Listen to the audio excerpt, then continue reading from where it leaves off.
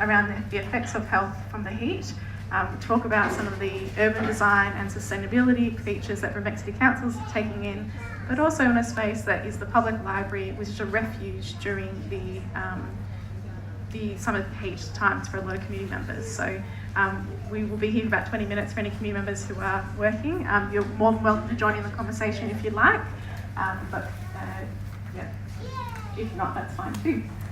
So can I please speak my two speakers? I'll ask you to come up together if that's okay. So we have Ben Bowman from the Sustainability Coordinator from Brimbank City Council and Adrian Gray, the Manager of Urban Development from Brimbank City Council as well, to speak to us today. Might just get people to move in a bit so people can get past us. Yeah. Yep. So just a reminder to keep the walkways free. So if you come up closer, that would be great.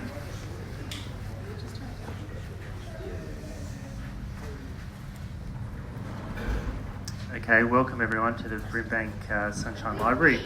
Thank you for coming. It's great. It's a great turnout and great to be here in a public space to talk about heatwave. My name is Ben Bowman. I'm Sustainability Coordinator with Council. And what sustainability is all about is everything, I guess. It's the way we live. It's the way we impact the earth that we live on. So it's everything all around us. Probably front of mind for me at the moment is the Brimbank draft climate emergency plan, which we just sent to Council last night. It's just been approved for community consultation. So, climate emergency, I wonder if everyone has heard of the climate emergency. I see sort of some nods and things like that. So it's basically the community, and this started with a community petition in Brimbank saying, well, we don't think we're doing enough fast enough on the climate change problem. And so we want Council to really take the lead. So Council's basically said, yes, we're going to take the lead. And I think it's important to note that heat wave is our biggest problem here in Brimbank. So it's a very hot, dry place, and it's going to get hotter and drier with climate change. So we know that, and we know that that risk is going to get worse and worse. So we need to do things about it. So, well, that's probably pretty accurate. So I guess Council's been working on heat wave issues in lots of different ways. They've been working on climate change in a lot of different ways.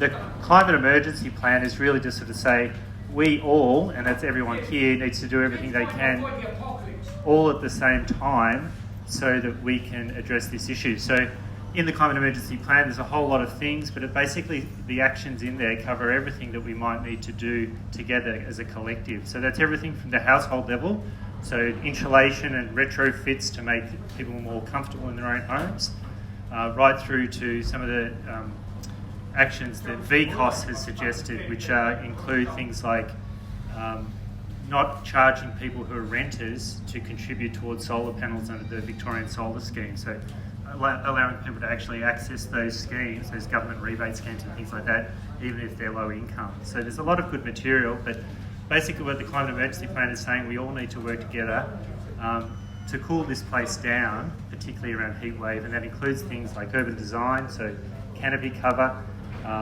things like having cool spaces, things like helping each other by checking in. So we heard earlier about checking in on people that might be vulnerable and things like that. So what we'd really like people to do is have a look at the climate emergency plan. So that'll be out for public comment until the February 26th.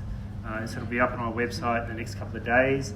Have a look at that, see if it covers everything, see if there's any gaps there, see if it, if you think it's covered off all the issues, because really we've got 10 years to address this issue, and that includes both reducing emissions but also obviously building our capacity to cope with heat and other impacts, particularly lack of water.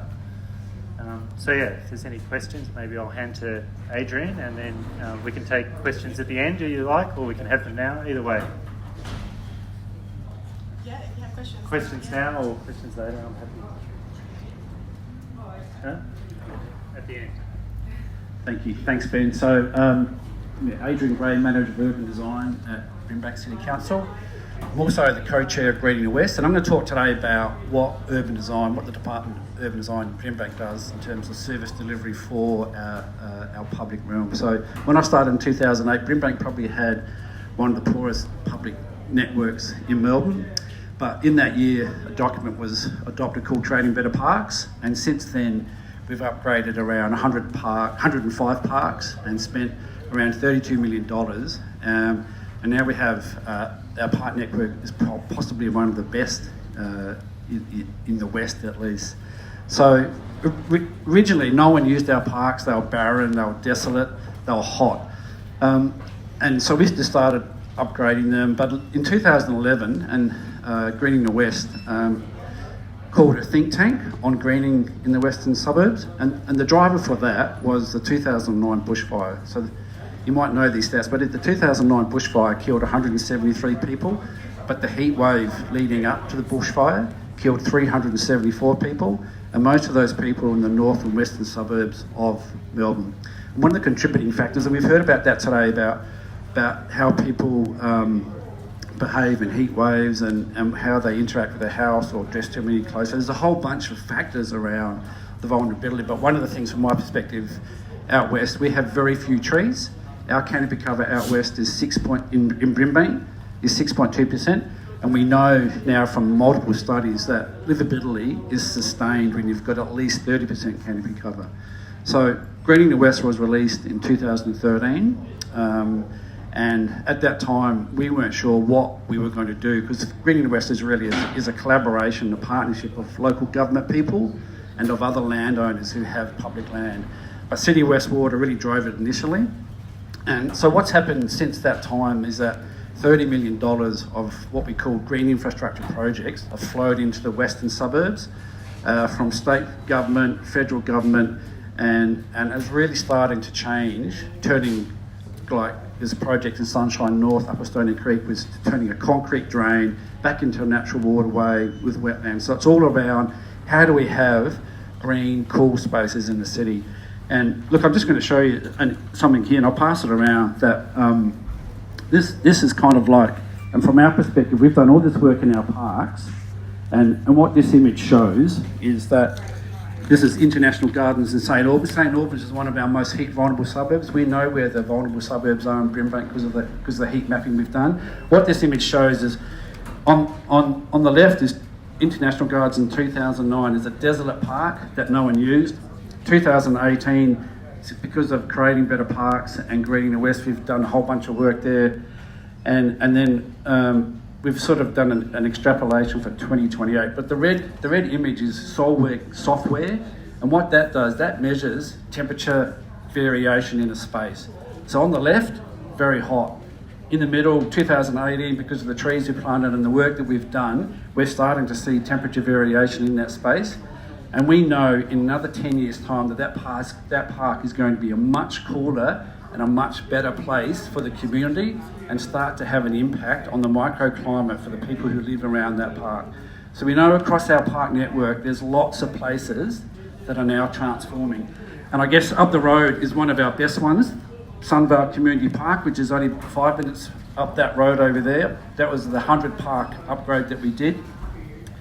And that's an old school site that's been repurposed into a park. And there, what we've been able to do at that park is capture all the stormwater that lands in the park and in the surrounding streets, treat that stormwater in what we call rain gardens, and then store it in a tank underground. We've got a 100,000 litre tank under the ground. So that park has its own water supply going forward. So we know we can keep it green, it can stay cool in summer when everywhere else is really, hot and dry. And we know how the community, because we just got really busy doing all these upgrades, but in 2016 we said to the community, well, what do you think about creating better parks now? Because at the beginning they were sceptical, they didn't think we're going to do it. And we did a survey, and this is one of many comments we got, but this is what somebody said. I cannot believe how many more people use this reserve now that there are paths and trees. It looks inviting and no more mud when walking through. I love leaving my curtains drawn to see all the lovely trees growing and people walking past. So when we get sentiments coming back to us now from the community, we know that their sense of pride, their mental health, their physical well-being is on the improve because of the work that we're doing around putting green infrastructure in. Thank you. Questions? Where's Ben? Yeah. So we know when there's Minister, they advise people to go to designated public spaces, when they can't stay at home. So it's a key heat health measure. But I wonder, does council get extra funding from the state or federal government to maybe extend hours in libraries and make these public spaces actually? I'm aware of. Lindley, no. We get money for infrastructure, but not necessarily for extending our services. Yeah, good question. Yeah, I think just talking to sort of Adrian's point about greening open spaces through irrigation, I think we have developed a really good collaborative relationship with City West Water and Melbourne Water, and those water retailers are understanding that we need to use recycled water.